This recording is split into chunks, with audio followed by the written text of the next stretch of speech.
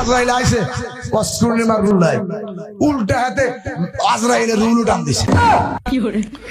আজরাইল আলাইহিস সালাম আসছে জান কবজ করার জন্য একজন মহিলার, এরপরে আজরাইলে জান লয়ে টানাটানি। নাউজুবিল্লাহ। প্রিয় দর্শক, চলে আসলাম আবার জাকির হুসাইন বিন কাসেম আপনাদের সামনে জিলাফি বক্তার একটি অসাধারণ ডেলিভারি নিয়ে। যে ডেলিভারিতে রয়েছে মারাত্মক রকমের বেয়াদবি, যে ডেলিভারিতে রয়েছে অপব্যাখ্যার সরাসরি। প্রিয় দর্শক, ওয়াইসুল করনী রহমতুল্লাহ আলের মার জান কবজ করার জন্য আল্লাহ তাআলা আজরাইলকে পাঠাইছেন। আয়েশা দেখেন কি করতেছে, ওনার মুখ থেকে আপনাদেরকে তুলে ধরি, এরপর আপনি বুঝতে পারবেন। তো আল্লাহ আজরাইলকে আল্লাহ আমরা কার কাছে আমরা পাঠাইলেন? এবারে তো উল্টা আমার রুল উঠান দিছে, আমার পাগলের লগে বেয়াদবি করিস না। এই কথা, এই পাগলটা কোন পাগলে খবর দিলাম তো বুঝলাম না। আল্লাহ তাআলা আজরাইলে পাঠাইছে, আজরাইল গিয়ে বলছে আল্লাহ আপনি কারে পাঠাইলেন, কার কাছে পাঠাইলেন? আমার জানুই তো বড় অবস্থা না, আজরাইলও জানের ভয় আছে। চিন্তা করছেন মূর্খ বলে কি? এবারে যাইছে যে কান্দের মধ্যে চুলে এটা যাই, এটা মনে হয় না ফাড় একটা ঠেলতে আছে। আপনারা যে আজরাইলে তো কিরে এই পাগলা কিরে ফাড় ঠেলস কিনলে কৌজোর, আমি তো ফাড় ঠেলি না, এই দুনিয়াটারে সোজা করি। কয়রে ফাড় ঠেললে বুঝি দুনিয়া সোজা হয়? হ্যাঁ পাগলের পাগলামি বুঝি না তোর লীলা আসমানে। ওয়াসকুরনী রহমতুল্লাহ আলী পাহাড় ঠেলতেছে সোজা করার জন্য, ধাক্কাইতেছে। আজরাইল আলাইহিস সালাম আসছে যে ভাই পাহাড় ঠেলতেছেন করেন? পাহাড় ঠেলে আমি দুনিয়া সোজা করি। মানে পাহাড়ের মধ্যে ঠেলতেছে, এটা হলো দুনিয়া সোজা করে। এরপরে বলতেছে, মানে এরপরে ওনার সাথে কি কথা হচ্ছে দেখেন, পাগলে কি কই, আরেক পাগল ওই ওয়াসকুরনী পাগলা কয় আমি দুনিয়াটারে সোজা করি। হুজুর পাহাড় ঠেললে কি দুনিয়া সোজা হয়? আমার অন্তরে বিশ্বাস সোজা হয়। সোজা করছেন তোর কাছে এত কথা কইলে তো কথা স্টেশন নাই। ওয়াসকুরনী রহমতুল্লাহ আলী আজরাইলের সাথে, আজরাইল মানুষের বেশে মনে আসছে, আসার পরে উনি বলছে তোর সাথে পাগলের কোনো কথার কোনো কি স্টেশন নাই। ওয়াসকুরনী রহমতুল্লাহ আলী বিখ্যাত প্রখ্যাত একজন তাবিঈ ছিলেন, মশহুর একজন আল্লাহওয়ালা বুজুর্গ তাবিঈ ছিলেন, রাসূলের আশিক ছিলেন, রাসূলের প্রেমিক ছিলেন। এই ব্যক্তিকে পাগল বানাইলেছে। মানে এই ছাগল বক্তা কত নম্বরের ছাগল হইলে এই কথা বলতে পারে? একজন বিখ্যাত তাবিঈকে সে পাগল বলতেছে। সে পাগলে কি না কয়, ছাগলে কি না কয়, একটা কথা আছে, সে এরকমই কথাটা বলতেছে যে পাগলের তো করার স্টেশন নাই। ওয়াসকুরনী রহমতুল্লাহ পাগল ছিল। তোর কাছে কি দেখো হুজুর, তুই কই নামই হইলাম আজরাইল, কই আমার হয় তো না বহুত আছে কিনলে আসো হুজুর, আন্নার হয় রুলে আইছি না, আন্নার মারটাল্লাই আইছি। মানে আজরাইল কারো জান কবজ করার জন্য আসলে অনুমতি নিতে হয় তার সন্তানের কাছে। এইটা নতুন ডেলিভারি শুনেন এই সিন্নিকুরের মুখ থেকে।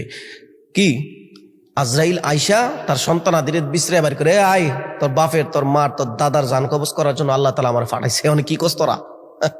চিন্তা করছেন নি? ওরা মার জান কবজ করার জন্য আজরাইলের কাছে আসছে। এরপরে দেখেন, আরে বেয়াদব, আমি যেটা জীবনের চাইতে ভালোবাসি তুই বুঝি এটা লাইছ। আজরাইল আলাইহিস সালাম বেয়াদব হয়ে গেছে, এটার জন্য আসছে দেখে। তো আজরাইল কি আল্লাহর হুকুমের বাইরে কোনো কাজ করতে পারে? তো আল্লাহর হুকুমে যখন আজরাইল আসলো ওয়াসকুরনী রাহমাতুল্লাহ আলাইহির মার জান কবজ করার জন্য, এটা আশাটা যদি বেয়াদবি হয়, তাহলে যে হুকুম দাতা হাকিম তার কাছে গালিটা চলে যায় না? নাউজুবিল্লাহ। এরকম কথা কি ওয়াসকুরনী রাহমাতুল্লাহ বলতে পারে? এই সমস্ত বিখ্যাত তাবিঈদের ব্যাপারে, সাহাবীদের ব্যাপারে, রাসূলদের ব্যাপারে এই সমস্ত মূর্খ সিন্নিকুর বক্তাগুলো মাঠ ধরে রাখার জন্য আজগুবি রসালো বক্তব্যকে মানুষের সামনে বলে মানুষের সিম্পাতি আদায় করে, নিজের পকেটকে ভারী করে, এরাই হচ্ছে মূলত প্রকৃত ধর্ম ব্যবসায়ী। ধর্মকে ভুলভাল ব্যাখ্যা করে, অপব্যাখ্যা করে মানুষের কাছ থেকে টাকা হাতিয়ে দিচ্ছে দিন দিন। এদেরকে শায়েস্তা করা দরকার, এদেরকে গণধোলাই দেওয়া দরকার। তো আজরাইল তো আল্লাহর হুকুম দিছে জোর করিয়া, উল্টা গোলামের মধ্যে যখন আজরাইলে হাত দিছে উল্টা এত রুল উঠান দিছে, এত আল্লাহ আমি আর ডিউটি করতাম না। আজরাইলের দায়িত্ব সাইরা দিতে চাইছে আজরাইল, আল্লাহ আমাকে বাঁচাও ওয়াসকুরনী পাগলা থেকে। মানে এদেরকে কি করা উচিত আপনি বলেন তো? এই সমস্ত বক্তব্যগুলো যেন নেটের মাধ্যমে যখন আসে তখন মানুষ নিজেকে ঠিক রাখতে পারে না, ধরে রাখতে পারে না। মনে কয় যে সামনে যদি পাইতাম এটাকে সপরাইতাম। এতটা বিকৃত, মানে ইতিহাস কিংবা কোনো ঘটনা বা কোনো সাহাবী, কোনো তাবিঈদের নিয়ে আল্লাহওয়ালা বুজুর্গদের শানে যেরকম এতটা বিকৃত করে যখন ঘটনা বর্ণনা করে, তখন দেখুন নিঃস্বার্থভাবে তারা নিজেদের স্বার্থ হাসিল করার জন্য ইসলামকে এতটা বিকৃত করে, তখন একজন মুমিন তো কখনো ঠিক থাকতে পারে না এই সমস্ত ঘটনা শোনার জন্য। কারণ যার মধ্যে আল্লাহ রাসূল বলেছেন, তারাকতু ফীকুম আমরাইন লান তাদিল্লু মা তামাসসাকতুম বিহিমা কিতাবাল্লাহ সুন্নাত রাসূলি।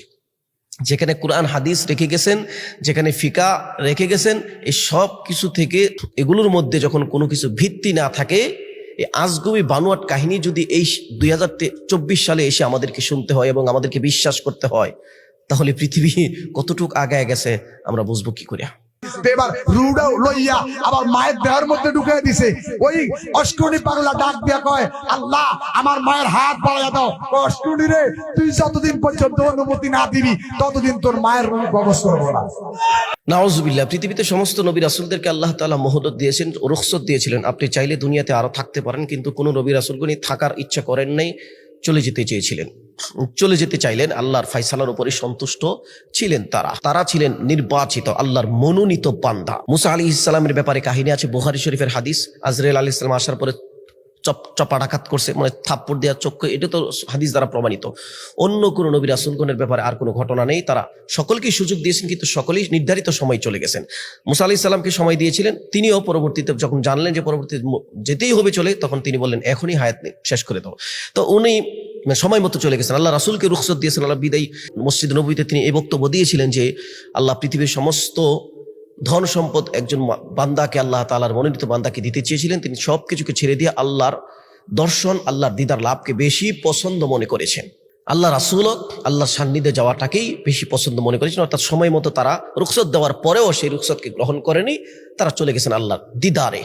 তাহলে ওয়াসকুরুন রাহমাতুল্লাহি আলাইহি, যিনি বিখ্যাত তাবিঈ ছিলেন, ওনার ব্যাপারে এই মূর্খ বক্তা যে আগে ছিল নাপিত, যে মানুষের চুল কাটতো, কি করে জানবো, এই সমস্ত আজগুবি কাহিনীগুলো, বানোয়ার ভণ্ডামি কাহিনীগুলো মানুষকে বলে বলে মানুষের ঈমানকে নষ্ট করে দিচ্ছে। তারা এদের থেকে সাবধান, এদের ওয়াজ শোনা থেকে সাবধান।